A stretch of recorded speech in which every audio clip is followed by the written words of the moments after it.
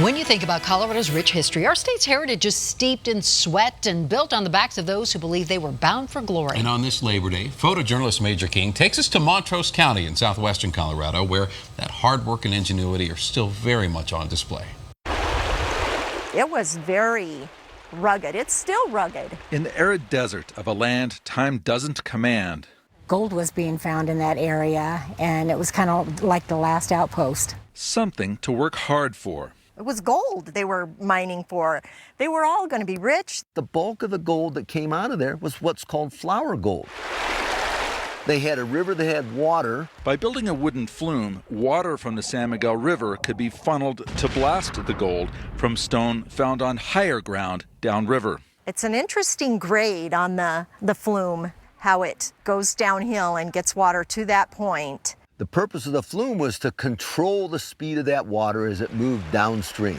But if you look, Jane Thompson's a third-generation native, passionate about the flume. This is one of my favorite spots. The hanging flume, still clinging to the undulating sandstone cliffs of the canyon walls. When you actually look up at some of these cliff walls down here along the river and look at that flume hanging off of the side, and you just wonder how. It's an engineering marvel. And it's on the National Register of Historic Places. People say, well, how did they do that? And how did they not get hurt? And I said, because there were no regulations. Nobody told them they couldn't build it.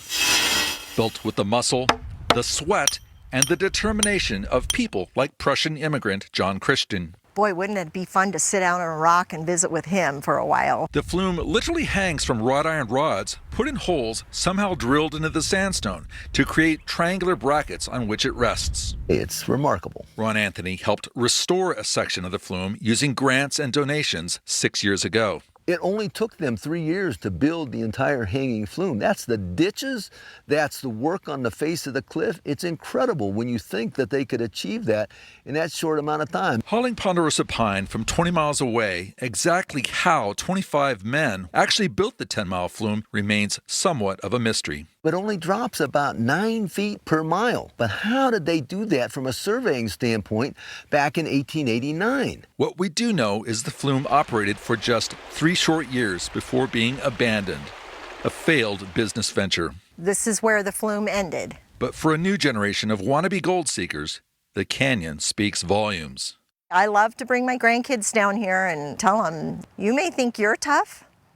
Those people were tough. If you have even just a little bit of that toughness, you'll go far in life.